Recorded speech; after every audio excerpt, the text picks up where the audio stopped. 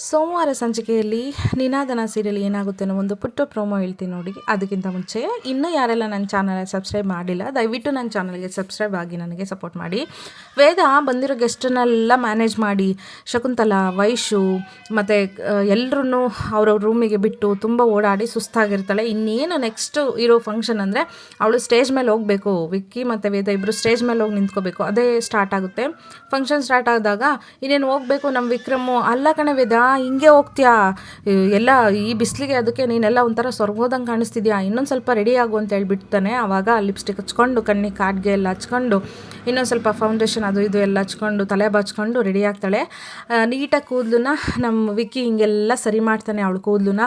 ಅದೆಷ್ಟು ಪ್ರೀತಿನಪ್ಪ ನಮ್ಮ ವಿಕ್ರಮ್ಗೆ ವೇದ ಅಂತಂದರೆ. ನಿಜವಾಗ್ಲೂ ಇವರಿಬ್ಬರು ರಿಯಲ್ ಜೋಡಿ ಆದ್ರೂ ಅಷ್ಟೇ ಚೆನ್ನಾಗಿರುತ್ತೆ ಅನಿಸುತ್ತೆ. ಇಬ್ಬರದ್ದು ಬಾಂಡಿಂಗ್ ಅಷ್ಟು ಚೆನ್ನಾಗಿದೆ. ತೆರೆ ಮೇಲಂತೂ ಇಬ್ಬರದ್ದು ಬಾಂಡಿಂಗ್ ತುಂಬ ಚೆನ್ನಾಗಿ ಕಾಣಿಸುತ್ತೆ. ನೀಟಾಗೆಲ್ಲ ರೆಡಿಯಾಗಿ ಇವನು ಕೂಡ ರೆಡಿ ಆಗೋಕ್ಕೆ ಹೆಲ್ಪ್ ಮಾಡ್ತಾನೆ ವಿಕ್ರಮು. ಹಂಗೆ ಒಬ್ರನ್ನೊಬ್ರು ನೋಡ್ತಾರೆ. ಕೂದಲು ಸರಿ ಮಾಡ್ತಾ ಇರ್ತಾನೆ ವೇದನ ಕೂದಲನ್ನ. ಎಷ್ಟು ಮುದ್ದಾಗಿ ಕಾಣಿಸ್ತಾಳೆ ನಮ್ಮ ಹುಡುಗಿ ಅಂತಂದರೆ. ನೆಕ್ಸ್ಟು ಇನ್ನೇನು ಸ್ಟೇಜ್ ಮೇಲೆ ಹೋಗೋದೇ ಬಾಕಿ. ನೋಡೋಣ ಏನೇನೆಲ್ಲ ಆಗುತ್ತೆ ನೆಕ್ಸ್ಟ್ ಸಂಚಿಕೆಯಲ್ಲಿ. ಆಲ್ರೆಡಿ ಇವಳು ಪ್ಲ್ಯಾನ್ ಕೂಡ ನಮ್ಮ ವಿಕ್ರಮ್ಗೆ ಗೊತ್ತಾಗ್ಬಿಟ್ಟಿದೆ, ಏನೋ ಮಾಡ್ತಿದ್ದಾಳೆ ಇವಳು ಅಂತ. ಏನೇನು ತಿರುವು ಬರುತ್ತೆ ಅಂತ ನೋಡೋಣ. ಮುಂದಿನ ಸಂಚಿಕೆವರೆಗೂ ಕಾದು ನೋಡೋಣ. ದಯವಿಟ್ಟು ಚಾನಲ್ನ ಸಬ್ಸ್ಕ್ರೈಬ್ ಆಗಿ. ಇನ್ನೊಂದು ಸಂಚಿಕೆಯಲ್ಲಿ ಸಿಗ್ತೀನಿ. Thank you so much and bye bye ಎಲ್ರಿಗೂ.